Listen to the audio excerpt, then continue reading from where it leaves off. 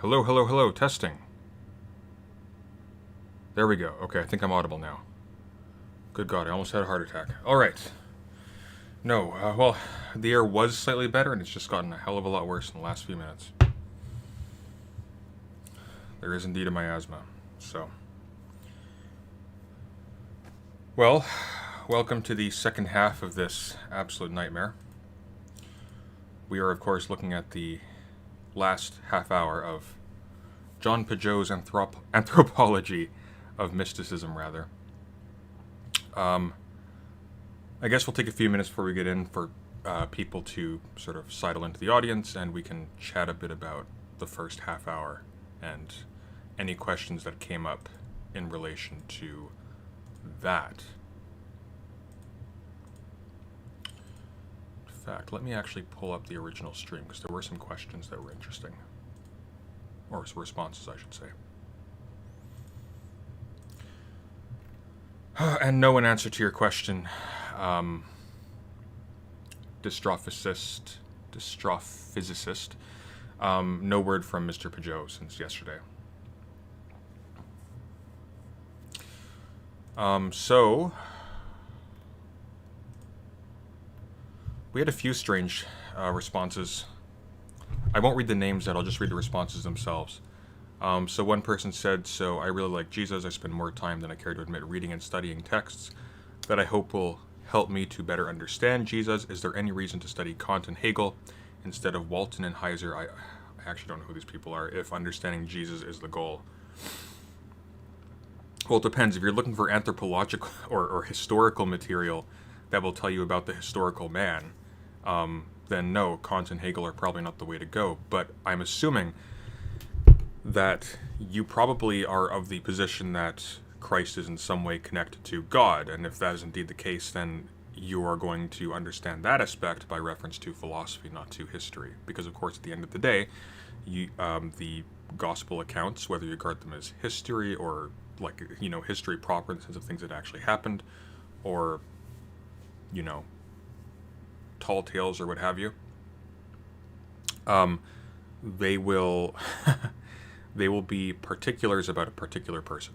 They will not tell you anything about God per se, unless you assume naively that bare statements within the texts are valid as effectively philosophical arguments about ultimate reality and God. So, one of the problems with people like Pageau is that you'll be told that you need to spend several hundred hours to finally get it. Yeah, I saw a few responses like that too. Here's one that's pretty interesting. So one person had this long response I won't read out, but I suggested that maybe... Right, here we go. I think this has the potential to be a constructive critique, but not without familiarizing yourself with the material. You have assumed that Pageau is a thinker that is shallow enough for you to just drop into a video and critique on it sentence by sentence. My argument is that this is a mistake. You will have to take the time to absorb this material, and for that it needs to attract your attention in a way that would allow you to put the effort towards it. You might choose not to do so, not to follow the path towards its potential source of knowledge, wink wink, and that is perfectly fine, but it is not an accident that humility is a foundational virtue in our pursuit of truth. I suggested in reply, if your response is simply that it's dependent on your experience, and you can't justify it to someone who doesn't share your experience, then it's not knowledge, and the appropriate thing to do is to suspend judgment about it. And then he replied in kind, why would I suspend judgment regarding something that I have experiential knowledge of? All knowledge is ultimately grounded in experience. It is like saying that in order for me to say that I have knowledge of how to play the guitar, I have this knowledge, I have to first justify it to you. That is actually, in fact, exactly what it is saying, because what is at issue here is not that you have particular information inside of your brain, but that this constitutes knowledge, that there is a one-to-one relationship between something that you contain in your brain and something about the world, such that these are connected, such that you can tell me something about the world with that. Now, if you tell me that you can play the guitar, but you can't show me that you play the guitar, then I have no reason to accept that you have knowledge of it. However, the stakes here are very low. I'll probably just say, you know what, sure, whatever. You say so, fine. If you're talking about, I have knowledge of underlying reality and the grounding and fountainhead of all moral oughts and duties. We're going to have a bit of a problem if you can't demonstrate how you have this knowledge and how it is knowledge. How we determine a statement to be, or a belief to be knowledge as opposed to just a belief, is partially by our ability to make it publicly accessible. We prove things by subjecting them to methods of verification that anyone can deploy. Otherwise, like, I just know it is what this response amounts to, and it's just not good enough. I'm sorry. Maybe it's good enough for you, but philosophers should have higher standards, I think.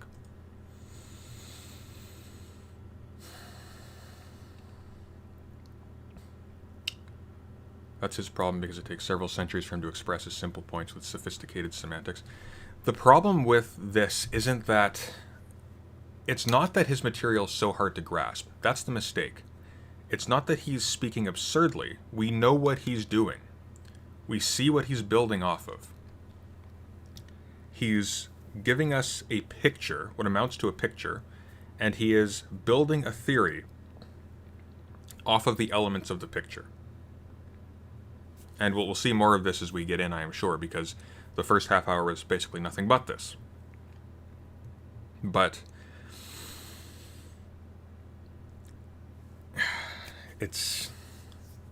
that doesn't cut it. And you know what? I'm going to say something potentially a little bit...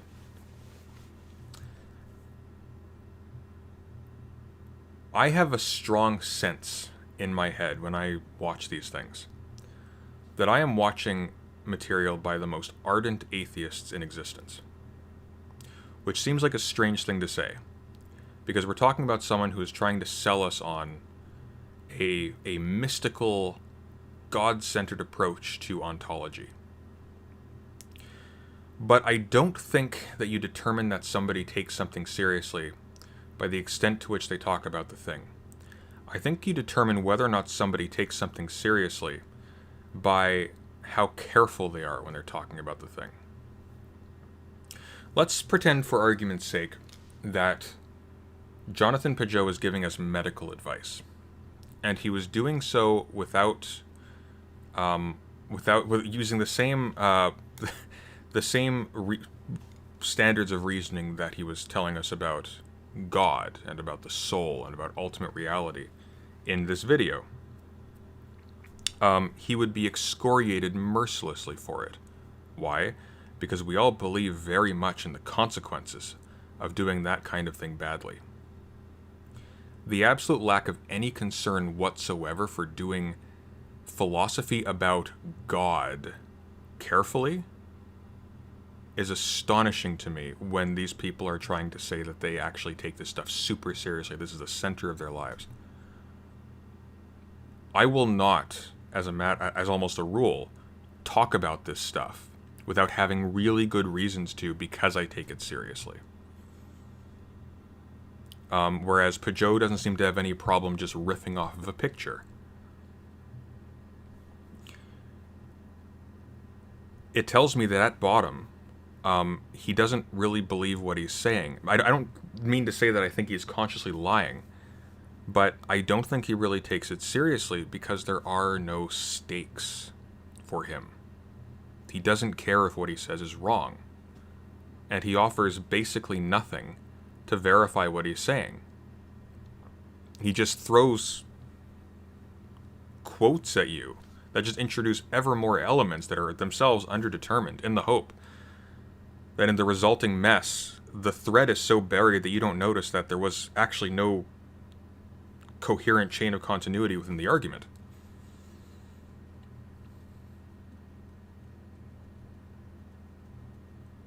Anyways. By the way, wasn't Hobbes strictly against personal revelation and advocated for banning any non-rigid mainstream interpretation of Scripture? Yes, but it's a bit more complicated than that. But in any case, let's get into this. We are about 25 minutes in with the intro, so I think we should not waste any more time. Let's go.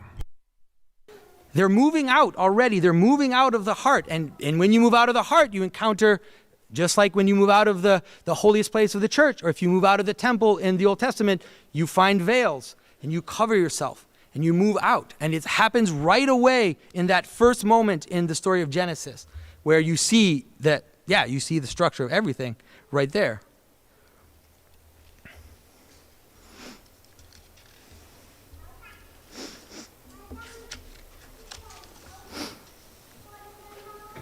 All right.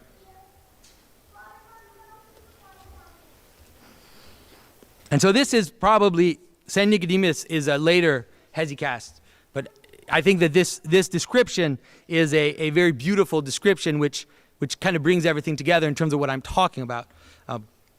So he says, we must therefore keep in mind that as the center of a wagon wheel has a certain number of spokes going out to the circumference of the circle and returning to the center where they meet, so also is the heart of man like a center where all the senses, all the powers of the body, and all the activities of the soul are united.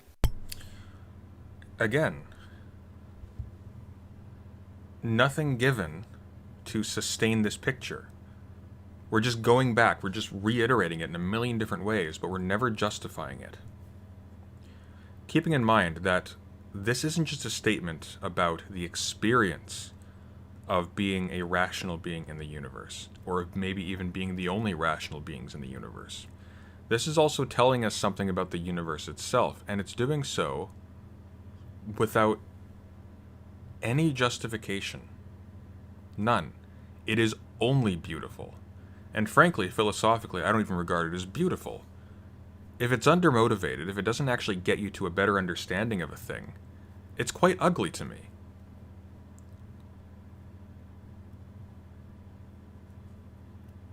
Like, this is anti-growth. This is anti-understanding.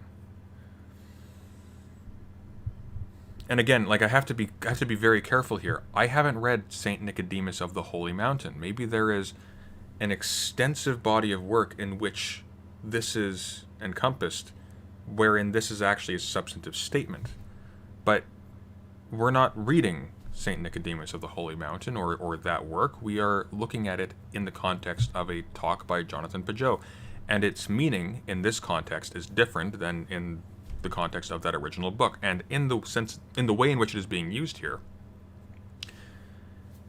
it has no knowledge value. It just tells us nothing. It's an analogy that is underdetermined for a thing, that we haven't even been compellingly argued is the case.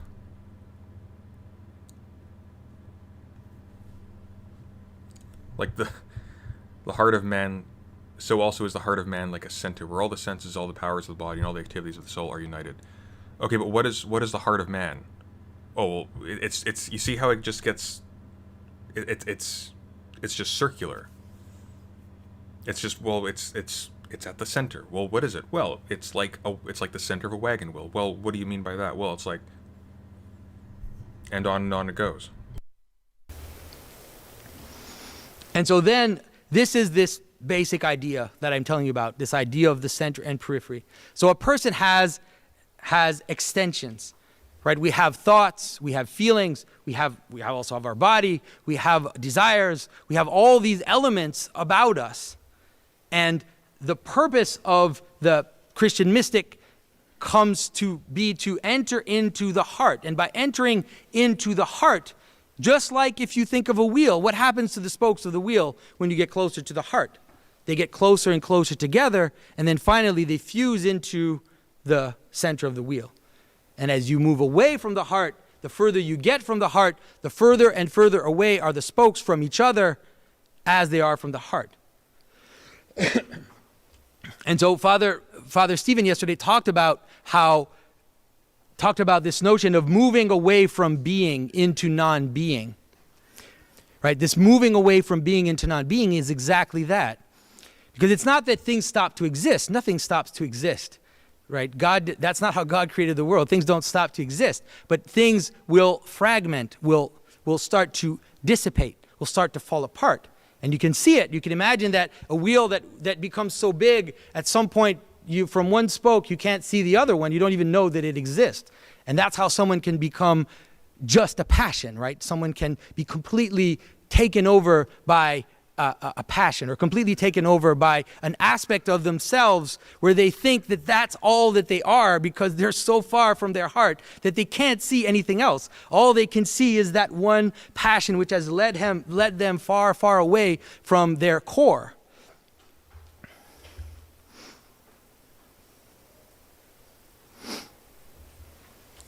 All right. And so this is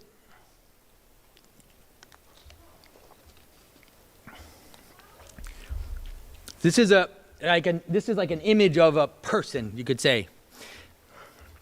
The church fathers use different words, and it's not a system. This is not systematic. But I've taken some of, I think, what are the best words and the best concepts to help us understand the basic structure of the person. And so I kind of separated into the structure of the person, the operation of the person, that is what you do, and then even the actions of the body, because we do live in a body.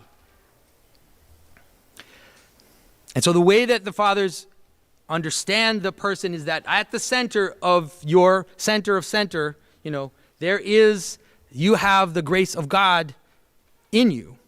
You are in communion with God. You have the capacity to enter into the life of God. And I know Father Stephen yesterday, he used the word deification, and some people in the crowd I went to see some people jump, and that's a word that people are not afraid of in the Orthodox tradition, that if it's properly understood, we don't believe that we become God by nature, that we lose our human nature, but that the purpose that God created us for, that is why God created the world. God created the world so that we could participate in his life, because that is the love that he has for his creation, is to enter into a true communion, like a man and a woman become one body, so too God unites himself with our soul. And that is the ultimate goal of everything, okay? It's important to have that, or else if we don't have that idea, then we run into trouble later on when we start to understand what religion is about. Okay, so he just knows what the whole universe is about.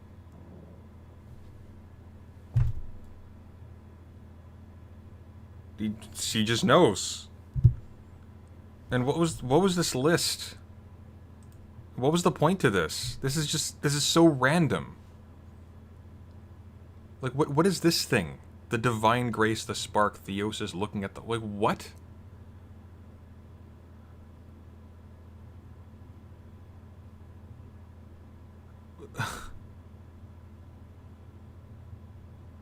How are desire and irascibility structures apart from the body, the intellect, and the will?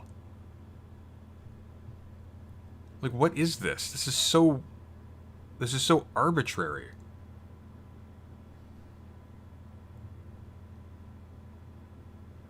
Like, I get that there's a pretense at a structure to this list. Like, here are structures, here are operations associated with those structures, and then I guess these are actions that are taken by means of those structures. And fine, I guess, but I mean, first of all, there's more of these than there are of these, and what does this mean, divine grace spark, as apart from intellect and will? What is that referring to? It has no explanation. And what is looking at the heart? We're not invoking intellect or will or any other aspect of our mind. So what is looking? Looking is a thing you do with your senses. Or metaphorically, we focus on things and we call that looking, sort of mentally, but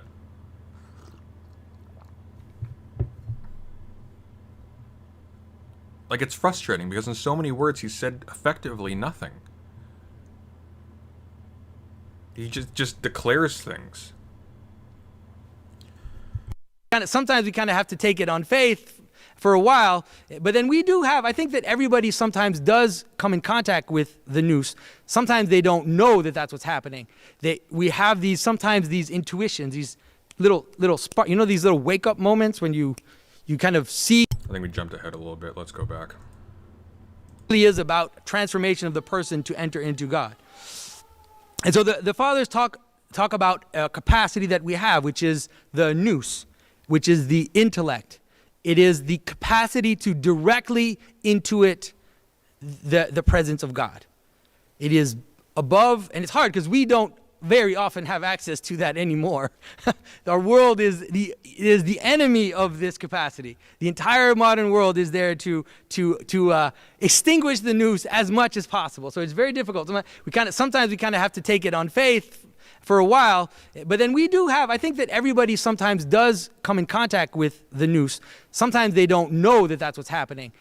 We have sometimes these intuitions, these little spark, these little wake up moments when you kind of see things come together. You can see all of a sudden you feel like you can see God work in the world, how God's will manifest itself, and it often lasts like a fraction of a second, sadly. You wish it could hold. That's what the saints want to do. They want to hold on to that and kind of make their life into those little moments. But so that is the highest aspect of man. Then we have our thoughts. I didn't catch that. Why is the modern world against the intellect?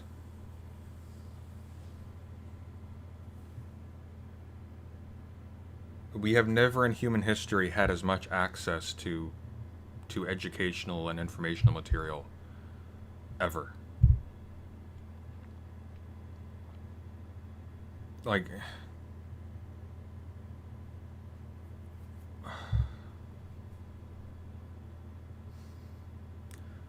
the only thing he has said about the heart so far is that it is not the pump inside your body. Yeah, apparently, but he can't seem to say anything else about what it is except that it's sort of at the center.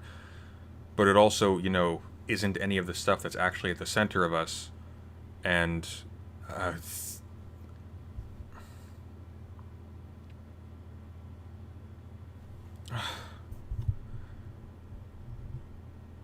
yeah, this is just nonsense.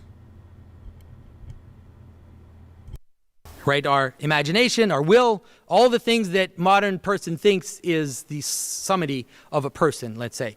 Like the fathers will tell you that you are not your thoughts, that you are not your will, that you are not your imagination, you are not your desires. Those can participate in your being, but if you identify with those things, then you're going to be on one of those spokes, which is moving away from the center. And if you go too far, then at some point you become possessed. They use images of demonic possession. You become possessed by that thing because you think that it's all that you are. Okay, so I wouldn't argue that any of those things are all that you are, but at the same time, what is the center here? It has no content except that it is referred to as the center as opposed to a periphery.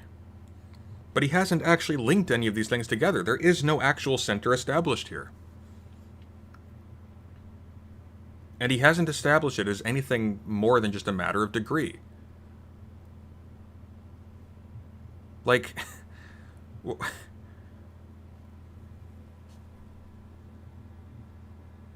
you are possessed by your... Like, what does this mean?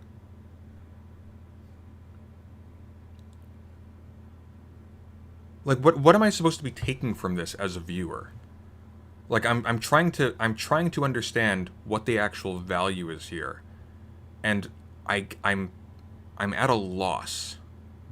The only thing I can think of is that if I'm the kind of person who is susceptible to finding this language reassuring in some way, I get an endorphin rush from this or something like that. But I don't...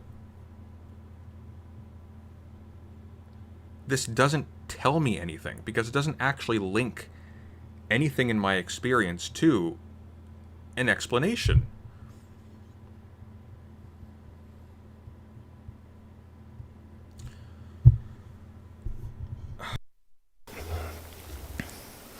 And so they talk about how we have also a desiring capacity and an irascible capacity. The capacity to be annoyed, to get angry, to be impatient, all of that can be also is part of our makeup, you could say. And so the Hesychasts, they have obviously there is the participation in the liturgy, there is all that, but more particularly, they developed a spiritual practice. And the spiritual practice is meant to lead to this theosis, this deification. That is the purpose. And what it does is it uses operations of the soul, like attention, like memory, like invocation, to enter into the heart. And now you have to think about those things. They're not obviously they're not arbitrary. This idea of attention. What happens when you pay attention? What is that? We use another word. We call it focus, right? What does that mean? Right? It means exactly that. It means concentrating. It means to concentrate. It means to move towards the middle. That's what attention does. And so this notion of being attentive is a integral part of the mystical practice. So what are you attentive to? You have to be attentive to the other parts of yourself, because you see them go wild all around you. You have to be attentive of what's happening, and then you have to remember God. Now think again about that image. Think of that wheel, right? Because all your parts, that wheel, all the spokes, there's nothing wrong with them. There's nothing wrong with your thoughts. There's nothing wrong with desiring. There's nothing wrong with your body. There's nothing evil about any of those things. They only cause a problem when they forget, right? When they forget what they're attached to. Which is what? We've got nothing here but an analogy with the wheel. Like, I'm sorry. Like, what are you referring to here?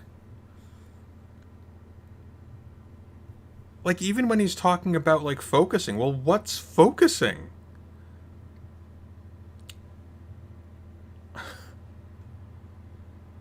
What is he talking about?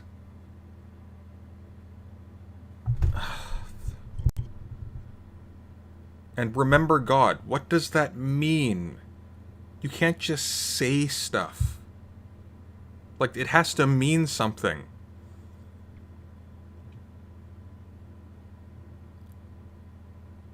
Like, imagine that you actually believe that there is an all-powerful being that will judge you when you die for misleading people in religious matters. And you just waffle along like this to a crowd of, I have no idea how many hundreds of gullible people. Thousands, even. This video has 16,000 views. You actually can't, because the only way somebody would be able to rationalize doing that is if, well, not rationalize doing that.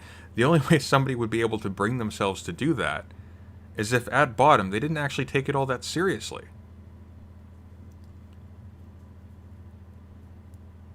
I think by focusing, he means that every action thought should be tiedly linked to the existence of God. I mean, maybe, but what does that mean?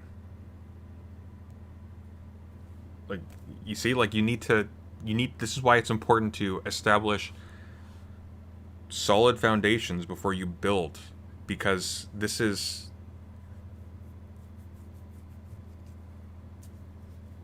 built on air. This reminds me, funnily enough, of Sam Harris when he's trying to explain why the is-ought divide is still philosophy. He doesn't actually say why, but he speaks in a way that you feel vindicated. Or is silly philosophy. I was confused by what you were saying there for a second. Yeah.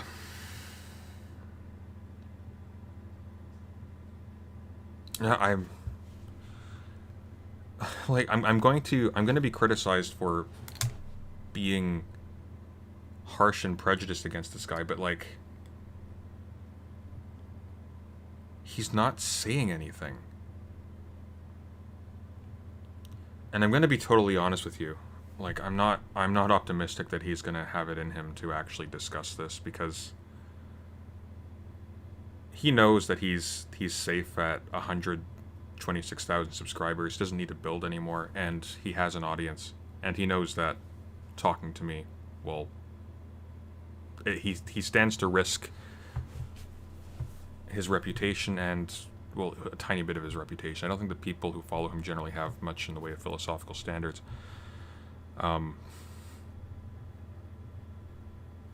And really nothing to gain, so.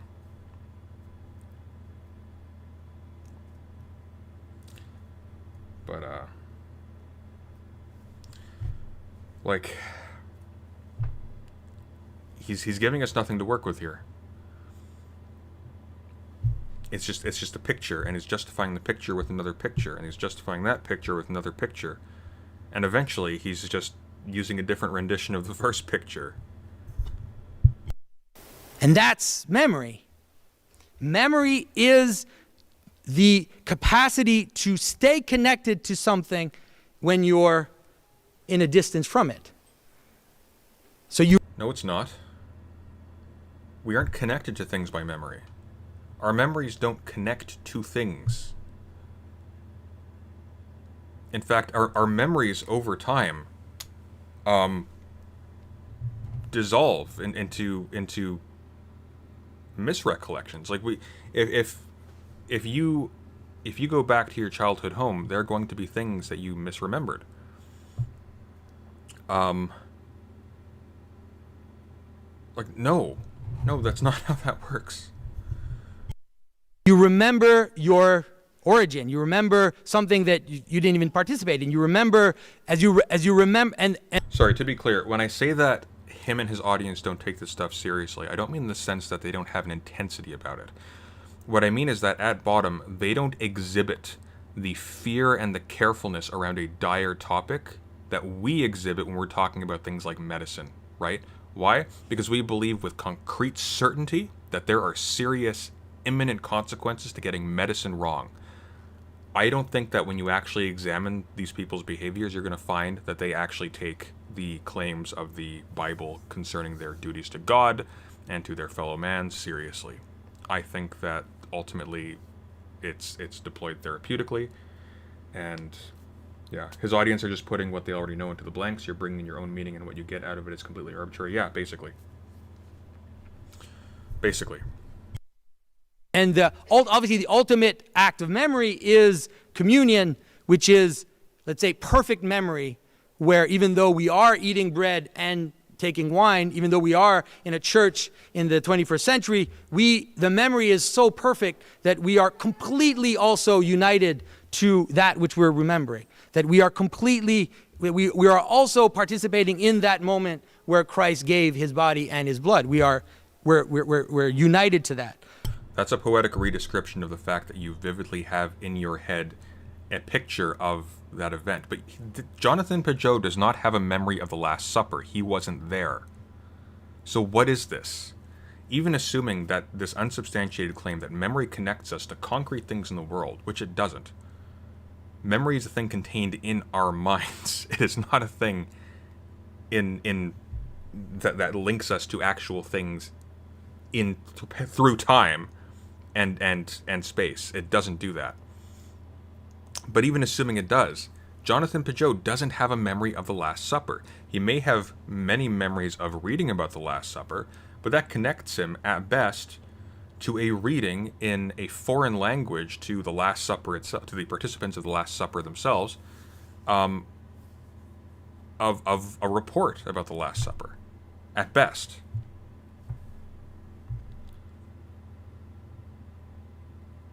He does presume the listener understands what heart means in colloquial English, i.e. heart of the matter. That is again, though, just to put, like, heart of the matter just refers to, the thing of importance in the matter. Okay, fine.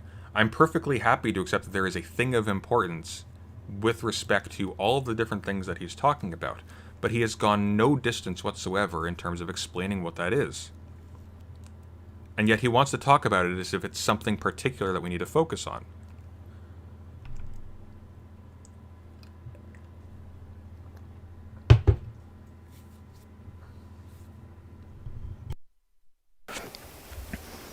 And so these are the faculties, you could say. And invocation is the same. The invocation is what's called the Jesus prayer. People who here has heard of the Jesus prayer? Maybe most people now. Okay, so most people now have heard of the Jesus prayer. And so the Jesus prayer has several forms. It's the most complex form: Lord Jesus Christ, Son of God, have mercy upon me, a sinner. But the fathers say that it can be contracted to a point where it's only Jesus or only Lord Jesus Christ, depending on the situation. And so it is ultimately an invocation. Now,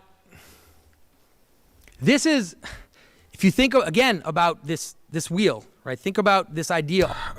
Okay, but it's not. You're not okay. Okay.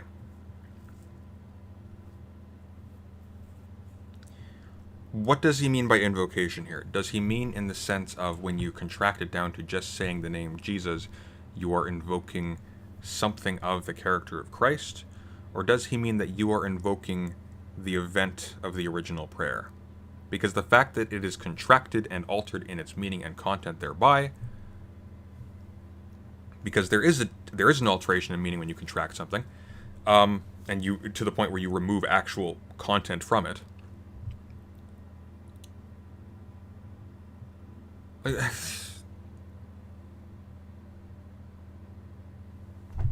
I feel like I'm just throwing my arms up a lot here, but I don't even know what to.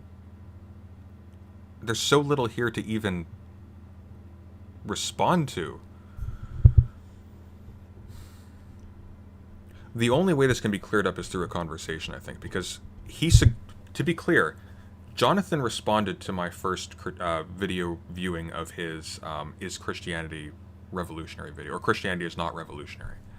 And I was going in that with zero expectations because I had never seen a single thing by Jonathan Pageau.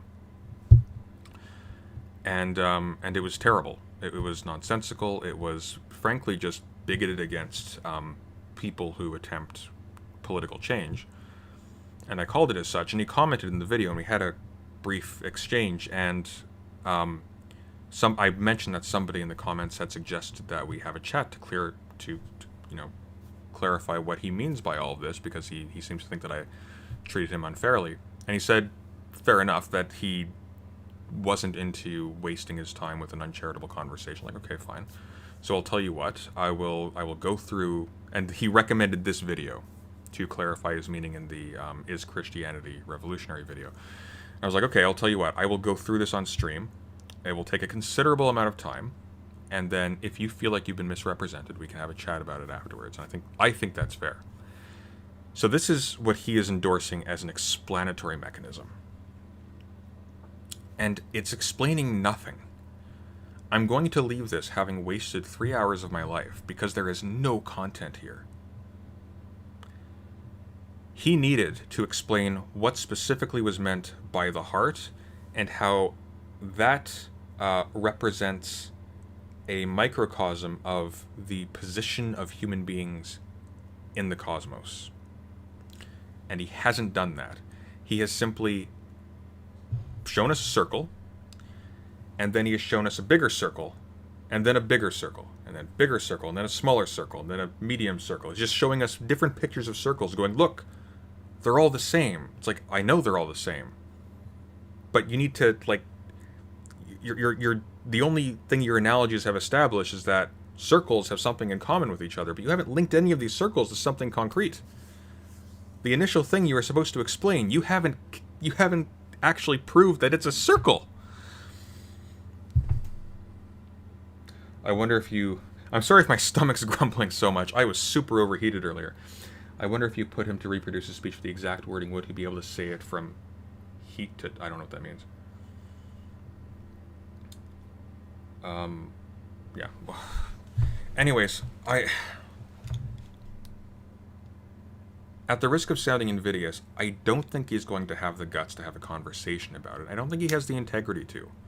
Because he's treating this very serious topic, because it has serious implications, extraordinarily flippantly.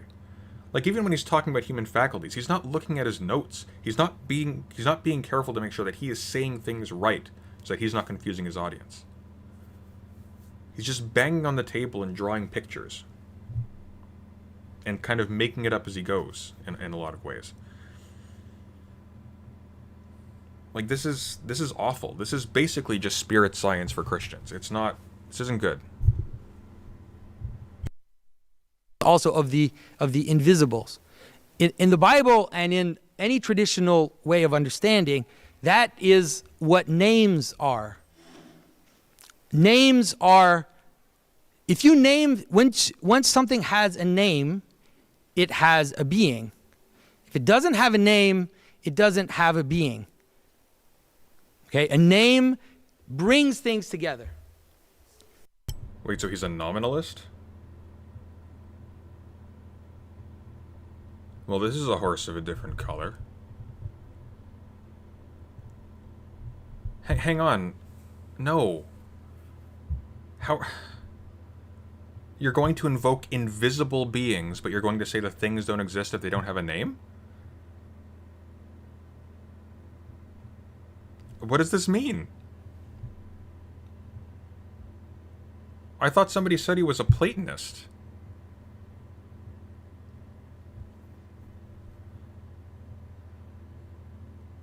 I mean, hey, Bubble Boy.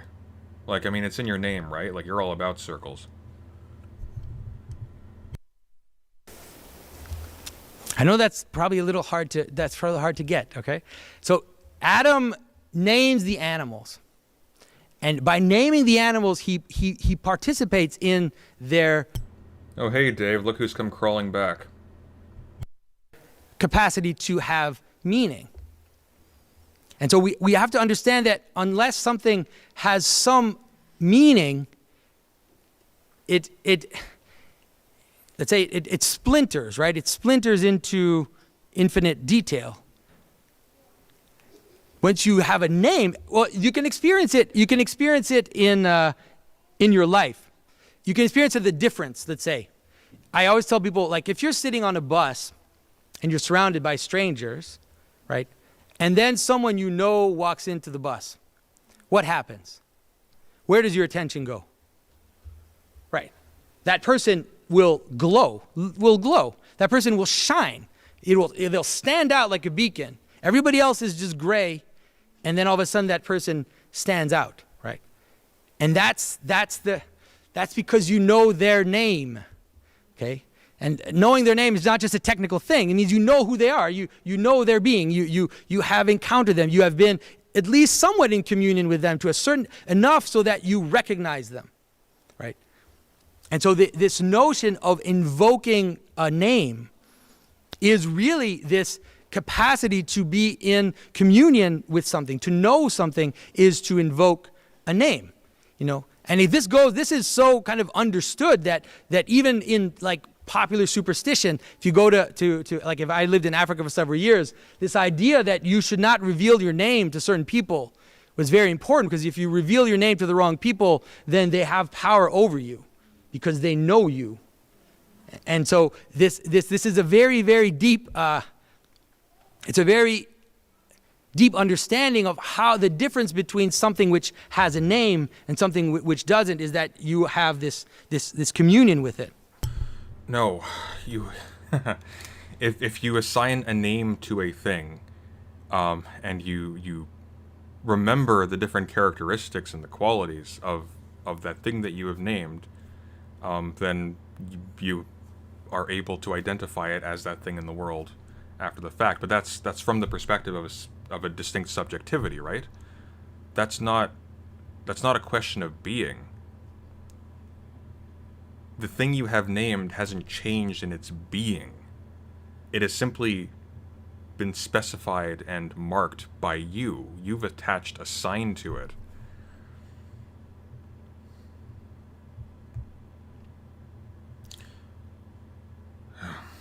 It's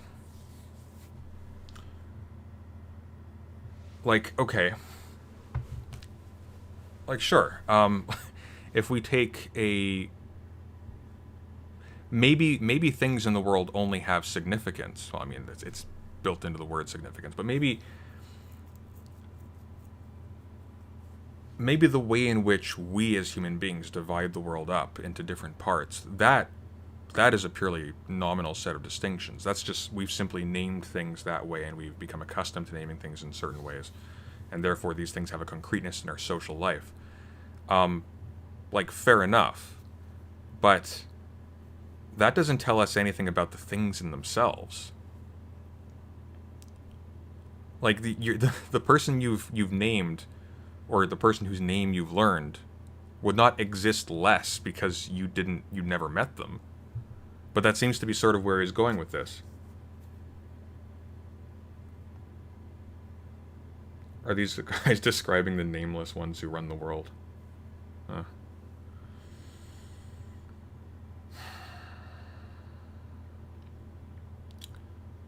There's something he calls the heart. It's very important, and that helps explain why Christianity is not revolutionary. Go read Heidegger if you don't get it, bro. Yeah, it's basically been the reaction so far to these critiques, so I don't know. My expectations are down with dinosaur bones at this point. And so the invocation of the name of God, like we do in prayer, the invocation of Christ, is this call to be in communion with what ends up being our own origin, right? What ends up being the very source of our being, which ends up being the very thing which we are aiming towards, which we are going towards, hoping to live in the fullness of the image of Christ. And then I'm wondering if people are concentrating, or if I've lost everybody. I'm trying, John. Trying real hard. Watching everybody, I'm like, interesting. I won't ask who's lost and who's concentrated. I will not ask that.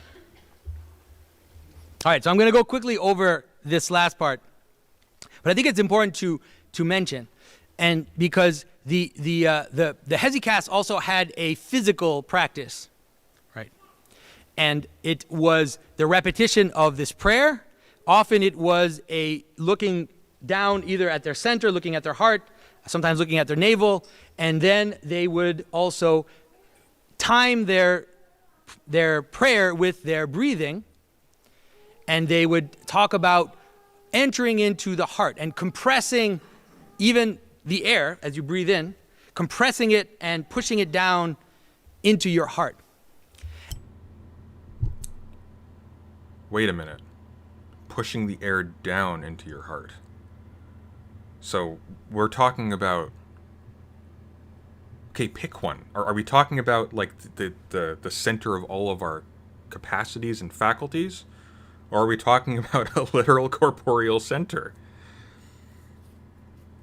Like, yeah, sure, I get that it's like, it's symbolic and metaphorical, but it's also kind of not, because he's imputing to it metaphysical significance of a very concrete sort. He's literally saying that our attention gives things existence. No, they don't. No, it doesn't. How would you establish this? What if he actually trolls people and maybe the punchline was that one cannot make sense of his speech? No, I mean, like, again, I don't think he's being dishonest. I think he is being earnest here. I think the problem is that he's arrogant in a way he doesn't understand. It's very easy to have that, like, whoa moment when you're reading a text and think you've gotten something. It's like, it all makes sense now. And then you just run with it.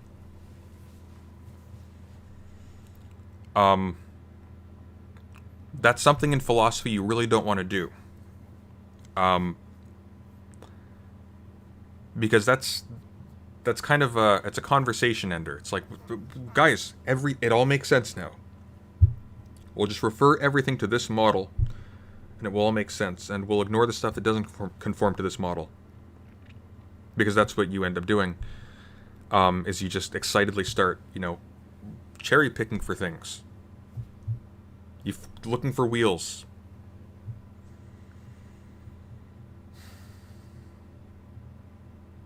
When will Clifford Bates come back for a visit? Love that guy. I don't know. I'll touch base with him a bit. But I don't know.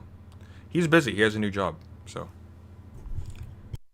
And I want to talk about this a little bit because it has been extremely demonized in the early 20th century and the late 19th, early 20th century. This practice was demonized even within Orthodox circles. And I think that the reason why it was demonized was because of an infiltration of this modern way of thinking, this technical vision of the body, where we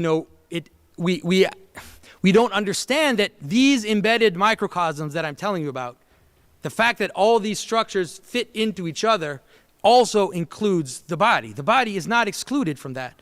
The body fits into that pattern. The body has to pray as well. And so that's not non-technical, though. He's just doing it badly, because again, he's still describing a spatial relation between things, right? He's just invoking things that aren't there. Or things, he's invoking invisibles that he has really no philosophical right to invoke because he has no way to access them. He's just claiming that he has accessed them. And if we don't buy into his claim that he has accessed them, well, we're just demonstrating the fact that we haven't walked the path yet. But the fact that he can't subject these claims to any sort of public scrutiny, and by that I mean the scrutiny of people who haven't simply absorbed all of the positions that he has absorbed,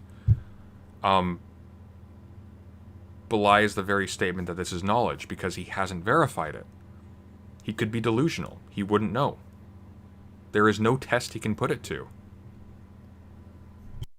This idea, for example, if you think of just breath, it's not that hard the fathers talk about how inhaling is gathering of attention, and exhaling is the dissipation of attention, right? But that's actually true. I mean, what's the first thing we do when we're born? Right. What's the last thing we do? Right. Okay? And think... You twitch.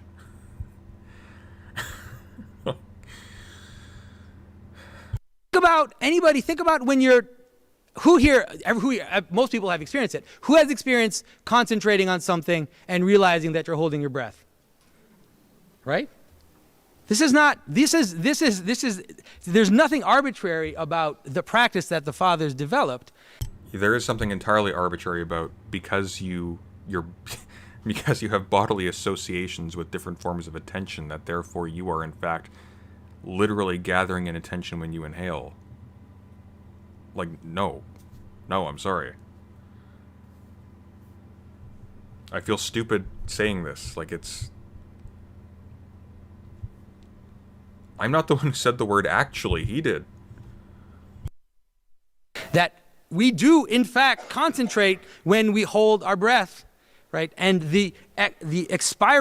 You also circulate when you hold your breath, and you circulate when you concentrate, and you sometimes concentrate when you go to the bathroom. Like, what is the point here? There are a myriad of biological functions that are taking place when you do any activity. That doesn't make that activity identical with those functions. Of the we've even used the word expire to talk about dying. The expiring, exhaling is also linked to death and to dissipation in our experience, in the human experience. Same with every other bodily function that starts to, that ceases.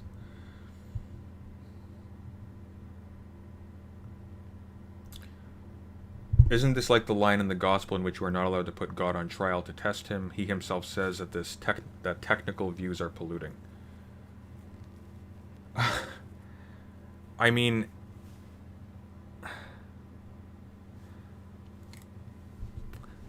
the issue here again is that he's just not taking this seriously enough to actually be careful that what he's saying, first of all, means anything, and secondly, is true. Now, perhaps that's a mitigating factor that it means basically nothing so far, so at the very least, people aren't leaving with a false impression of anything real, but they are leaving with a false impression that they've learned something. And so they're not going to interrogate a whole host of things that are now associated with this space that Jonathan has just painted over.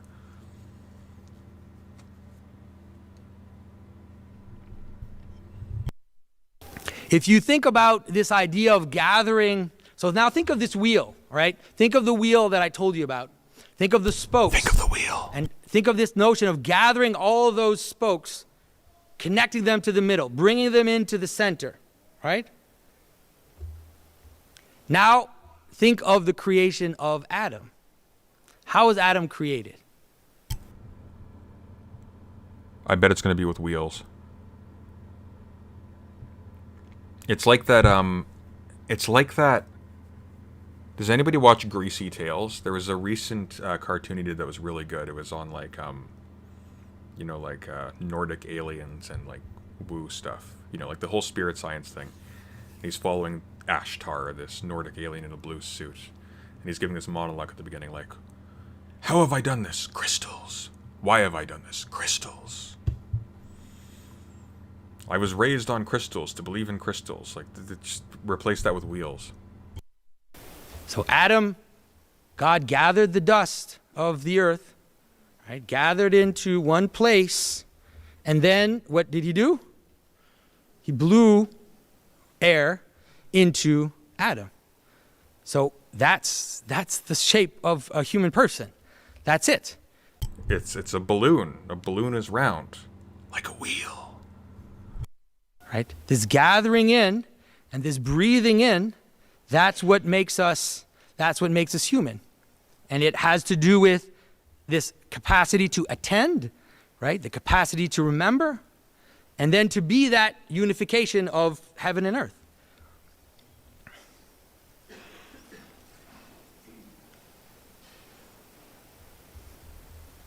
All right, I think I'm going to skip some of these here. Oh, thank God. All right, let's see.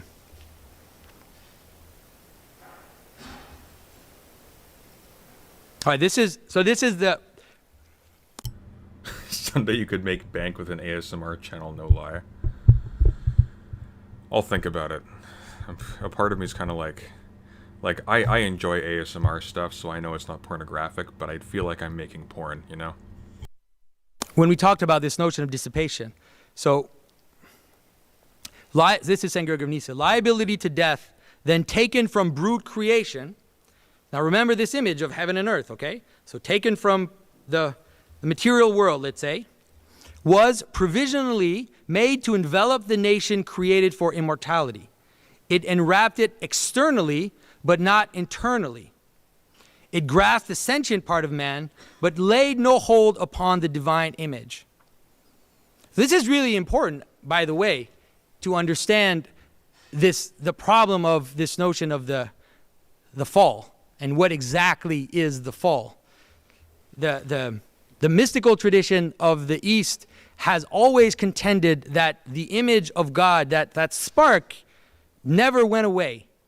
The image of God was always active in the human person. And the fall consisted in this veil that came about around that divine spark, and these multiplicity of veils that kind of covered this spark so that we forgot that it was there, that we were too far on that wheel, and we forgot our origin. We forgot what it is that actually made us live, and we became obsessed with all these things on the periphery, all these desires, all these. And so then he talks about how. A cool story, bro.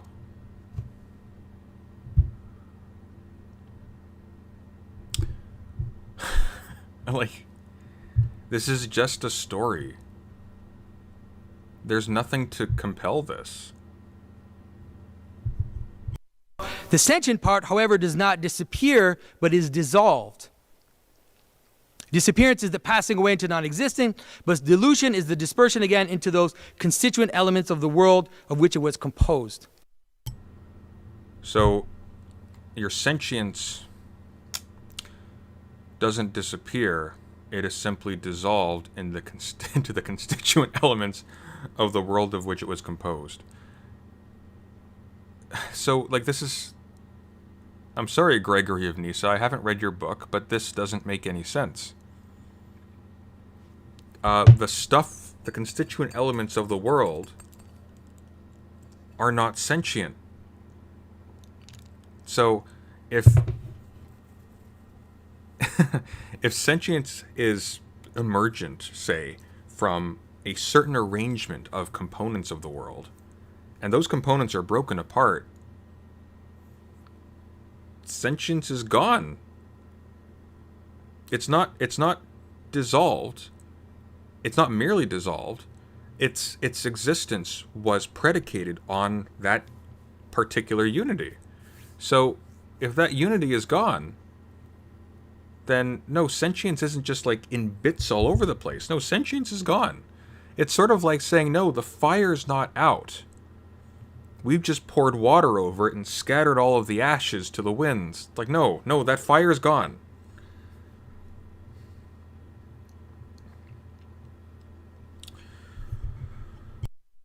So here you see this fragmentation that we talked about, right? And if you think about it, that is also what death is, right? Death is decomposition. That's what death is. Death is you have something, a person, and it's holding together. It's a bunch of mush, but it's kind of holding together.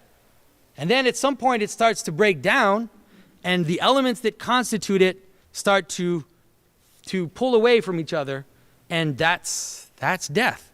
That's death physically, but that's also death spiritually. It's the same process, where your thoughts, your desires, your peripheral elements of yourself, they start to pull you apart and they rip you. And everybody has experienced that. Come on, right? You can even experience it literally at the same time. You can have two contradictory desires pulling you apart, and you're like, how is it that I can have these two desires? They don't seem to fit together, but they're happening at the same time, and you're like, okay, I'm literally being ripped apart by my desires, you know? And I think everybody has experienced that.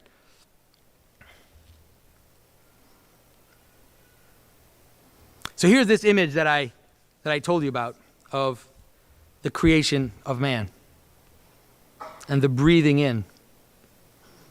Okay, unrelatedly, doesn't this look a lot like that, what is that painting? The one from the lighthouse. Let me find it quickly. Hang on. There was a really cool, sorry, I'm nerding out about this for a second because this video is killing me and I love the lighthouse, so. The lighthouse painting reference. It's when, it's that part where it's unclear if it's a vision or not, but, yeah, here we are.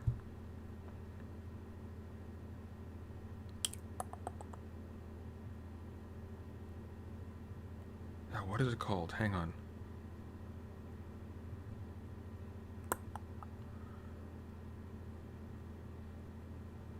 Come on, open up you.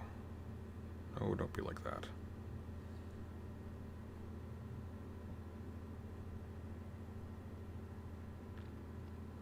Sasha Schneider, Hypnosis, 1904.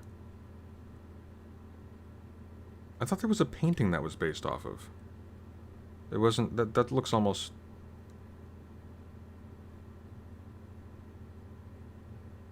Oh, okay, maybe I'm misremembering. Yeah, there is a painting it was based off of, but it's different than I recall. But it shows, Here, let me see if I can bring it up, actually. I'm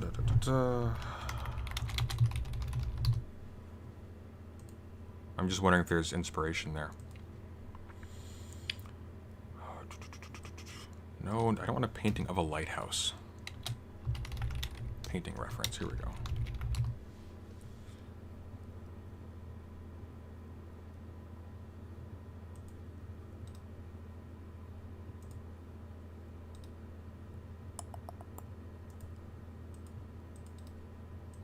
Okay, let's see what happens if I bring it up here. Yeah, this one. No? Like that? That's interesting.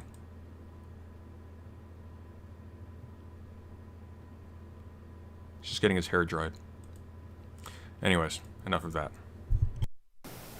Right? And so you can imagine in that little moment, you cannot imagine Adam as a hesychast, and that breath is coming from Christ, and Adam is saying, what is he saying? He's saying, Lord Jesus Christ. He's saying he is invoking as he is receiving that breath. He's recognizing his Lord as he is being created. And you can even see in his gesture that he is acknowledging Christ as he is being created.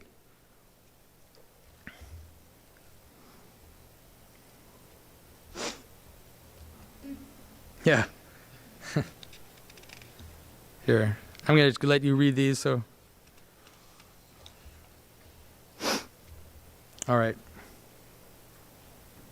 So here is Saint Hezekiah of Sinai. This is what I'm talking to you about in terms of the wheel, this distraction. So it starts by suggestion, then comes attachments. Our thoughts mix with those those of the evil spirit, then there's union. Two kinds of thoughts hold counsel and design the plan for sin to be committed, then comes the visible act, the sin.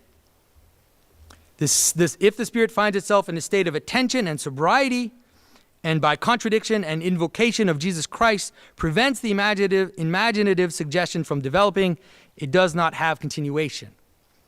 So in this quote, which you have also, is a very, very powerful link between the cosmic and the personal. This is something that people really struggle with too when they...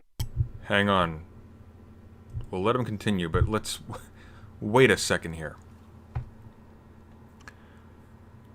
Our thoughts mix with those of the evil spirit, then there is union. The two kinds of thoughts hold counsel and design the plan for sin to be committed. Then comes the visible act of sin. If the spirit finds itself in a state of attention and sobriety, and by contradiction and invocation of Jesus Christ prevents the imaginative suggestion from developing, it does not have continuation. What does this have to do with the cosmos? This has nothing to do with this. This is like a psychological description.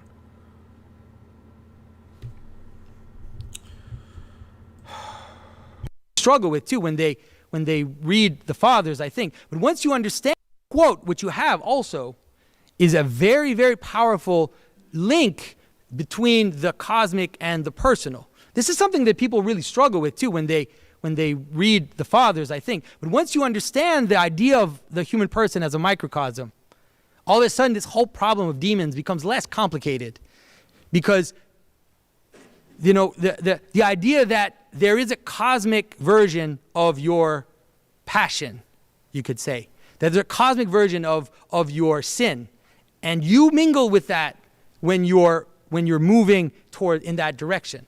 And there's a cosmic version of it. You know why? Because all of you are going to have the same experience. So if all of us have the same experience of sexual desire, or of thoughts of control over others, or of pride, or all of that, and there's a pattern to that experience, you can describe it. The church fathers describe it, and we recognize it. Right? It's because there is a cosmic version of that, and we participate in that by being microcosm. No, that doesn't logically follow at all.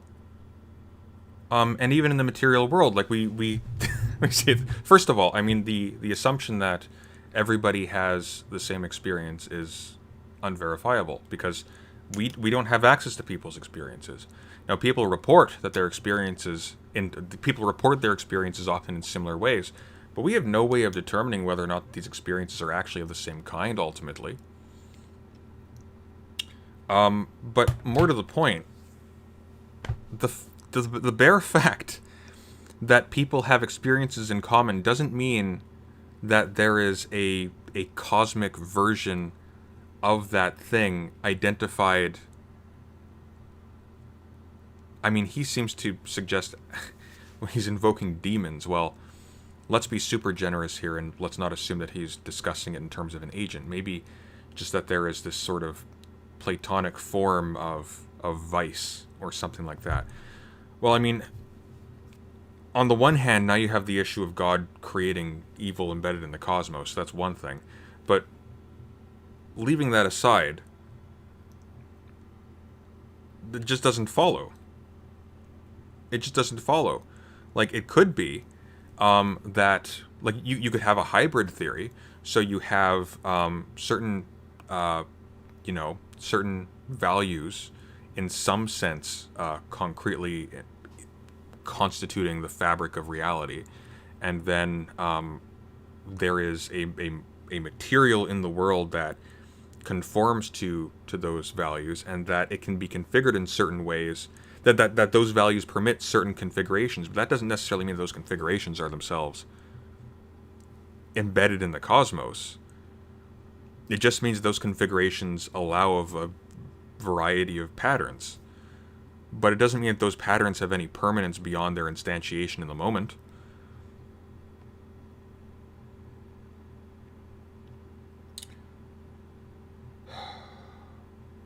In my view, he's talking about symbols and relationships. He sees a relationship between physical space and psychological, spiritual, conscious connections, and thinks these relationships are fractal. I mean, fair enough. Like, there does seem to be a relationship between physical space, and our psychology and our consciousness and things like that. But he's not giving us a concrete account of what he's talking about. Like, in what way they actually relate.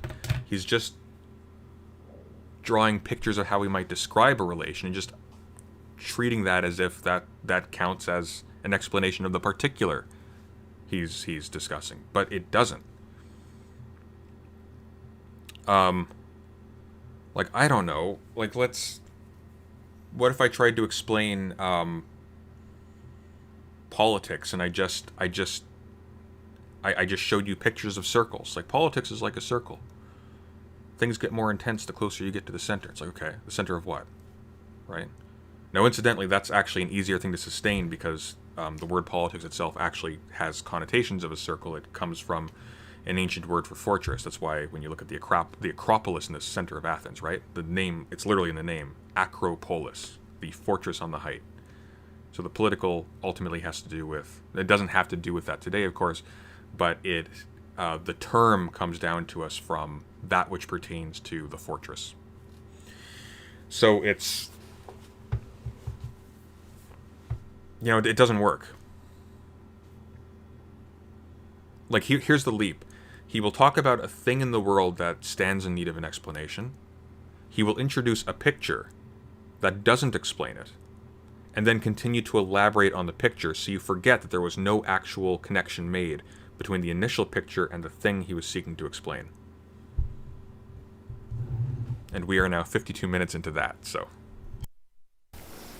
So there's a link between our sins, our passions, and the principalities, you could say, the cosmic forces which are there and are pulling us as well.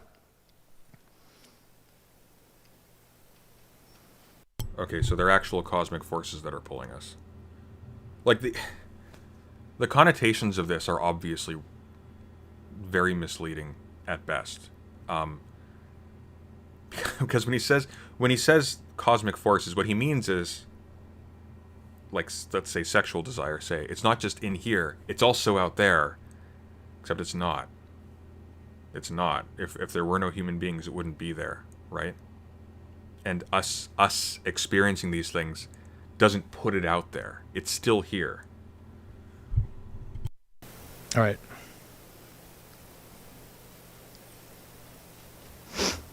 I got too many of these. Just too many things that the fathers have said. He just has like a tub full of wheels. All right. So, okay. So now hopefully, 10 minutes? All right. Hopefully, most of you have kind of followed me in where I'm going. So my contention at the very beginning, long time ago I know, my contention was that this structure, this idea, this wheel, this relationships of center, of memory, of attention, of dispersion, all of that, that's the structure of reality. It is not arbitrary. It is not just personal. That's how the world works. Reality is a wheel. Thank you. Thank you, Jonathan. Brilliant stuff. So yeah, that's what we're supposed to take away from this. Reality is a wheel.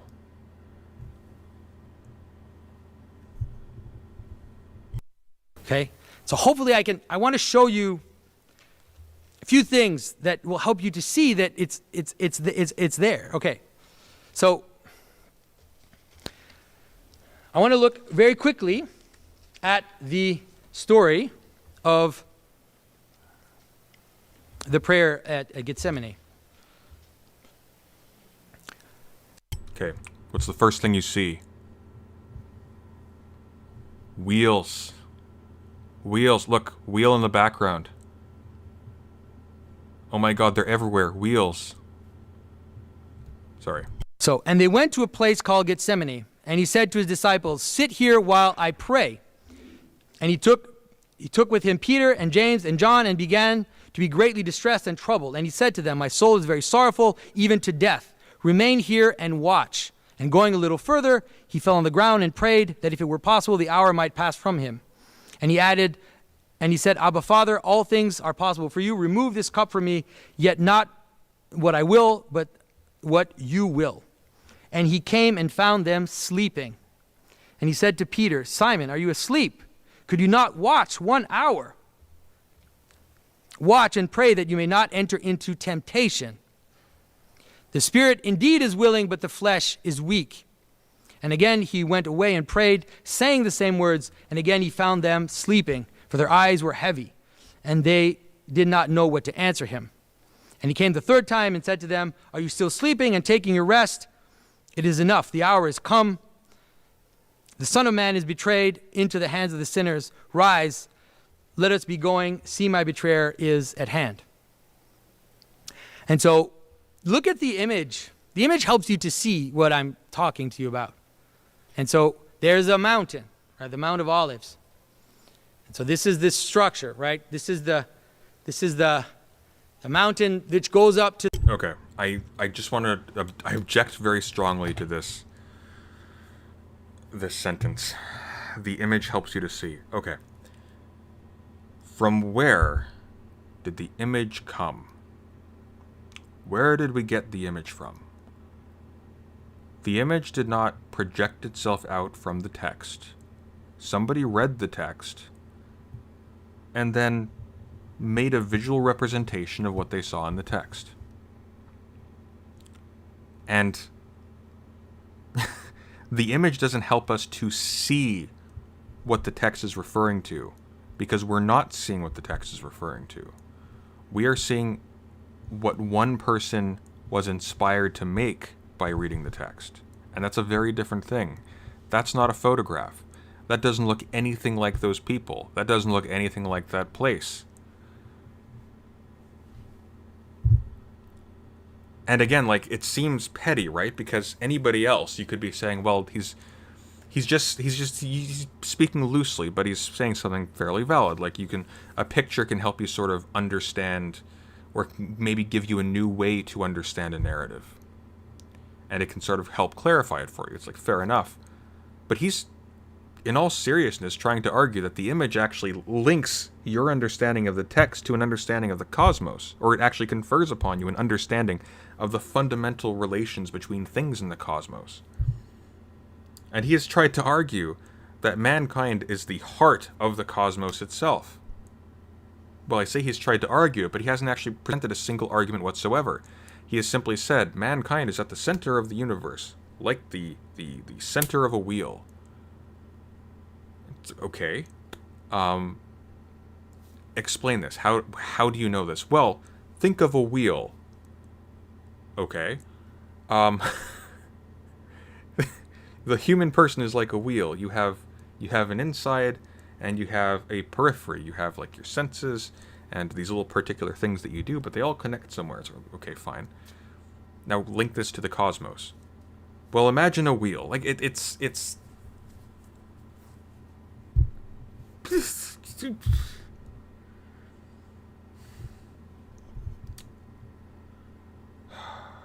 Hey, there's an angel that looks like wheels. You should read St. Maximus on the Logos and Logoi. I'd recommend On the Cosmic Mystery of Christ as a good starting point. Maybe I'll give that a look. I've got a lot on my plate, so I can't promise I'll read anything. In fact, I'm already working on a critique and response to Karl Popper's The Open Society and Its Enemies, and that's going to be taking a lot of my time. But yeah. To the top of the mountain, which is that place where God and people meet, right? Every time you see a mountain in the Bible, you have to remember that's the place where heaven and earth meet. It actually literally is the place where heaven and earth meet, is at the top of a mountain, right? No. I mean, like, poetically, sure, but like the heavens in this sense of just upness, that's not a substance. That's not like a thing with a definite, a definite limit. Like, clouds come down to ground level all the time.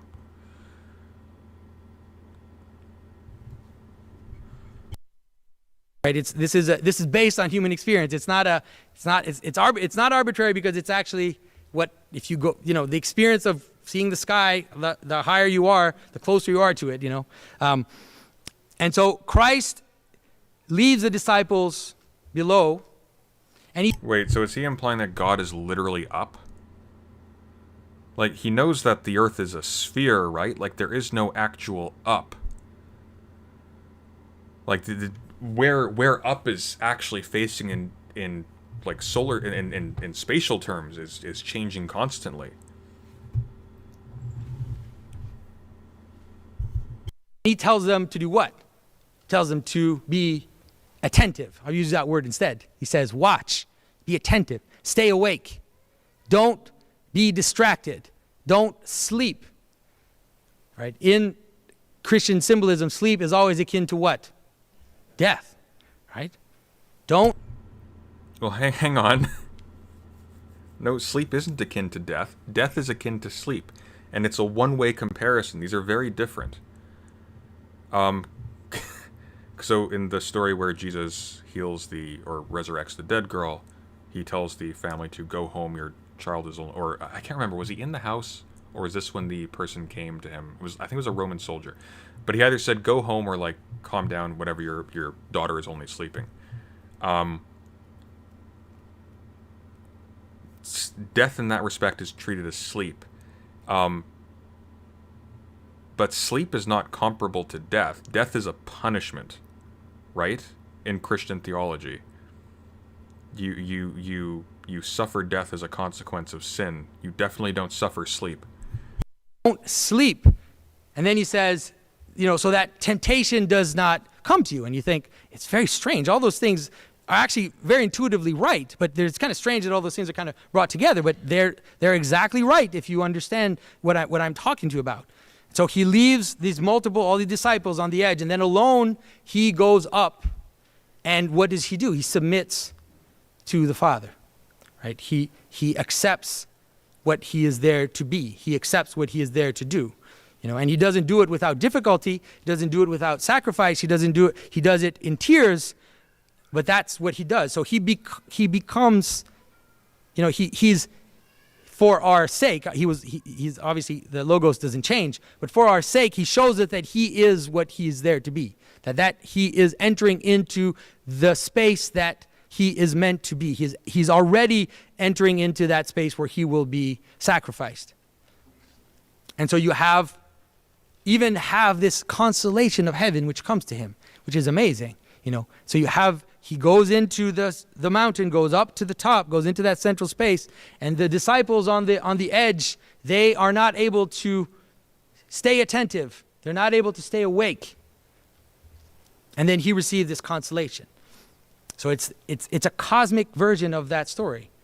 You have this central space which he goes up to. Sorry, I was squinting at that. I thought he said constellation for a moment. You have this margin on the side with this multiple people, and they have to attend. All right, let me show you one more. I don't know what that was supposed to establish. That just told us nothing. Like it was all things considered, it was a pretty ordinary account of the Mount of Olives story, but it's... So I'm going to give you 2 seconds to try to see what I'm talking about here.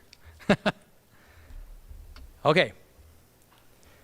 So now in this image, we have the heart itself. We have this cave in the middle of the image, right? And then in that image, we have that seed. And every time you see Christ represented as a child, remember that it also is there to manifest to us this notion of the Christ hidden in creation as well. So here's Christ hidden in this cave, just like Christ is hidden in us, just like the divine logos is hidden in the heart of hearts of the world and of our souls. We see this beam of light that comes down from heaven. Remember St. Paul who talks about the light that comes down into our hearts? So you see this light which comes down, and then already in the heart, there are animals already there in the heart. So those animals are that, there's that structure. Okay, like, so this would be interesting if he was just doing, like, if he was just analyzing paintings, he was just exploiting like how we understand the cultural meanings of these paintings, or whatever these are. But like, he's trying to say that this is revealing of the nature of the cosmos, and it's not. It's just a picture. It's actually inferior to a sentence describing it because it has no particularity. We can impute any meanings we want whatsoever to these images. They're just images. Hey, and by the way, in Christian theological terms, devil comes as an angel of light. You know what light is? It's the medium of sight. The same medium by which we perceive imagery. Really gets the wheels turning, doesn't it? There's that structure with the star above, and then in the heart you have the animals that are there, kind of like this first veil around Christ. And then if you look at it if you look at the bigger sense, you have this gathering in of the shepherds and the wise men who are being gathered in and are coming now towards Christ to worship him. And then above you have the spiritual principalities that are participating in this. And then below you have the distraction. So there is St. Joseph who is being distracted by the devil. The devil is saying, yeah, you should, I'm not so sure about this. And he's wondering. So there's a reason why we put him at the bottom of the icon. Right? And so this image becomes another microcosm of the same story. And I could go on, like I always give too many examples, but there are so many examples. Everything has the shape. You look at the pattern of the holy schema, right? There is the center of the cross, there's the crown of thorns around the center. Just like those animals were around Christ in the cave, just like that first veil. Then down at the bottom, you have death. You have the ultimate sleep. Okay, so what this hour-long talk basically amounts to is that if we metaphorize things in spatial terms, we can compare those spatial metaphors to other spatial images. Brilliant. That just explains everything. Done. We could finish with philosophy. It's just look, guys. Look, if we draw it like a wheel, it looks like a wheel. And I mean, maybe that's a square, but you can draw a perfect circle within the confines of a square. See, it's a wheel. It's all just wheels, or ladders, or pyramids, or whatever. It's like the grand upshot of this is that we can use geometric images to explain things. Okay, fair enough. There is a limit to that, I think, but in a lot of cases we can do that. That doesn't tell us the truth of the thing we're explaining. That's just like a way of conceptualizing things in more familiar terms, or in terms that are perhaps easier to get through to your head if you have trouble following like a brick of text, say. But the fact that you can represent stuff in spatial terms is not tantamount to a valid statement that therefore we can extrapolate from that spatial representation to the nature of the cosmos.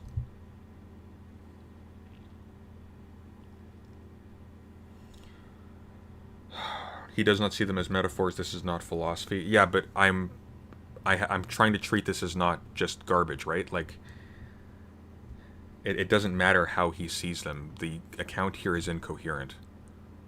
It's incoherent and undermotivated. He's just throwing stuff at the wall. The ultimate distraction, and then at the top you have the announcement of the King of Glory. Right? It's the same with the church. The church has the same structure. Then it's more of a mountain structure. We have the altar, like I said, you have the cup, you have the communion inside the cup. Then you have these veils and veils until you reach the narthex, where we are there to be distracted. We could add the church hall, which we are allowed to be somewhat distracted in the church hall, right? As we kind of move out towards the outside. And so I hope that I hope that with the last example that I gave you, it landed a little bit more into reality. But this is true of anything. If I have a cup, the cup has a heart. There's something which is making it a cup. It has a heart, right? And it also has parts which could distract it. And if I break it into pieces and I fragment the pieces, then we lose the memory of the heart. What? This isn't even Platonism anymore. What the hell is he talking about?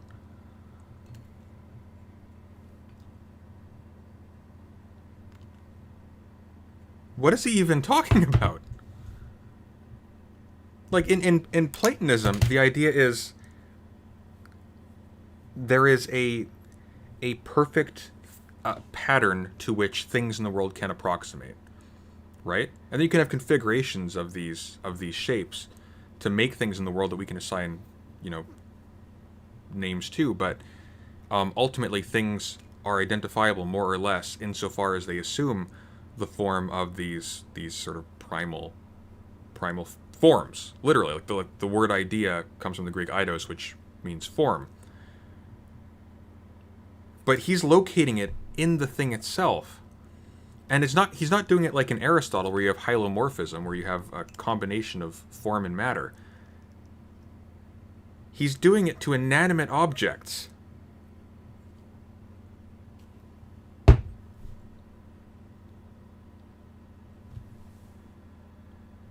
Jonathan, this was supposed to explain your video on why Christianity isn't revolutionary.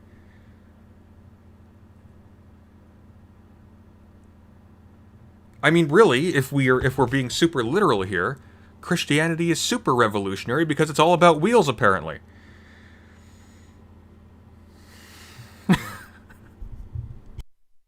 We lose the memory of what that is for, what its identity is.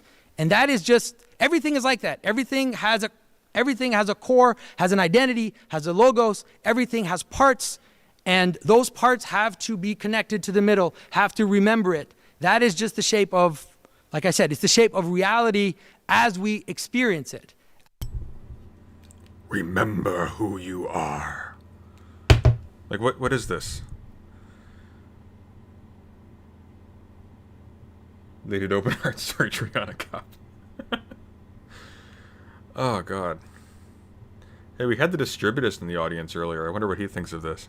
As we engage with the world, as we are conscious beings which are looking out and engaging with the world. So hopefully that little meditation will get all your gears rolling. And thank you for your attention.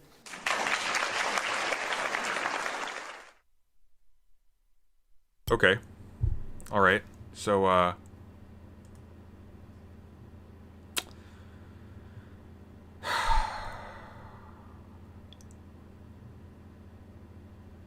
What the hell did I just watch, John? What was this? What was this? Where do we go from here? What did this leave us with?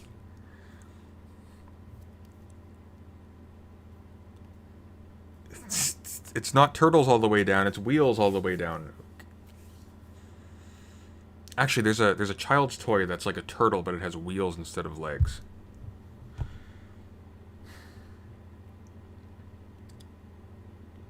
I don't know if this would have been the best video for introduction. Hey, look, he recommended it. I didn't pick this out. Look, I'll show you. I'll show you exactly where he says it.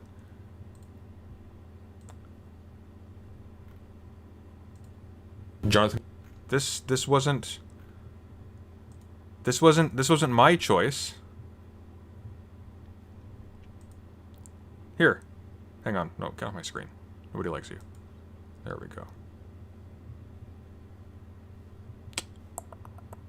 Oops, I did something bad.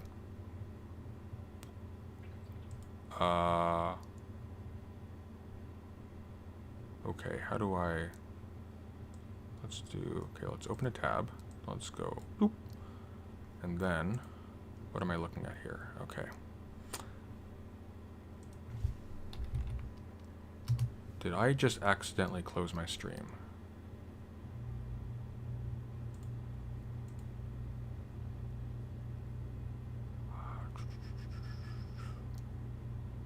I don't think I did. I think it's still live. It is still live. Good. Okay. Brilliant. All right. Cool. Okay, and then I want to select there. Perfect. Okay. Good. And boom. Here we go. So this is his response to this is underneath the Is Christianity Revolutionary response video that I did. And his was, of course, called Christianity Is Not Revolutionary, Parables of the Vine Dressers and the Wedding Feast. And we had a conversation. I said, I simply found the methodology you employ in this video utterly baffling. Perhaps you would like to clarify it in discussion at some point. And he says, I am not completely opposed, but I don't see the purpose of bad faith discussions. I am sure your viewers find that satisfying in a tribal way, but it is not useful. I would suggest you get a sense of the pattern I am invoking, maybe through this video on the Anthropology of Mysticism. So this was his choice.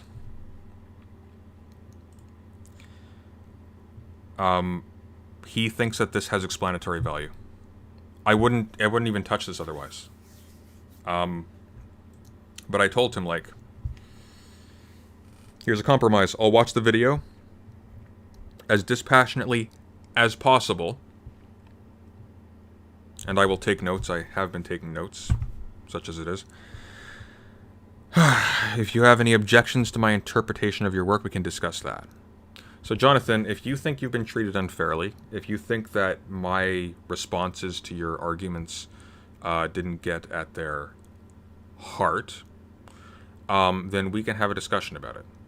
You're welcome on any time, or I can come onto your channel if you like. Either or, it doesn't matter to me. But as it stands, like, I don't think there is any merit to anything I've seen here. This was grossly irresponsible. It was incoherent. And even what was the message of it? What was the point? Like, mankind is the heart of the cosmos. Let's assume that he actually established that. Okay. Which means what exactly? Like, what is the significance of this? Does it change anything in terms of what I don't see how it does. I think there are plenty of people who basically adopt the exact same moral system, the exact same beliefs about the afterlife, regardless of whether or not they see human beings as being essentially the center of the cosmos. And it's kind of a bland image of the cosmos. Like that's it? It's literally just this? That's really everything? There's nothing more interesting out there or equally interesting out there? It's just like, that's lame, you know? I mean, maybe that's just me because I like the idea of, you know, different forms of life on other planets and things like that, but this is just so... It wasn't just poorly argued, it was meaningless, and it can only be harmful because the only thing it can do is convince people that they understand something profound when they don't understand anything. And that's the worst position to be in if you want to learn.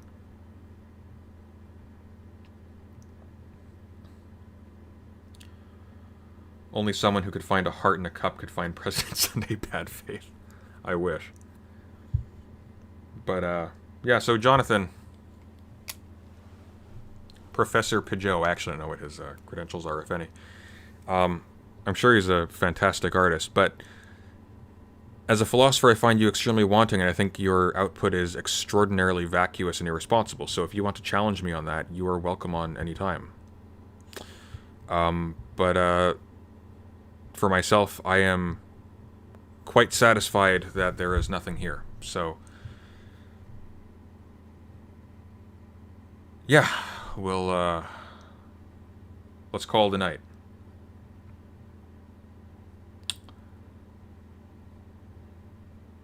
The first mistake Sunday made is watching this in its square form. You needed to see it in its circular form. An empty paper roll would suffice. I'm going to bed. Good night, guys.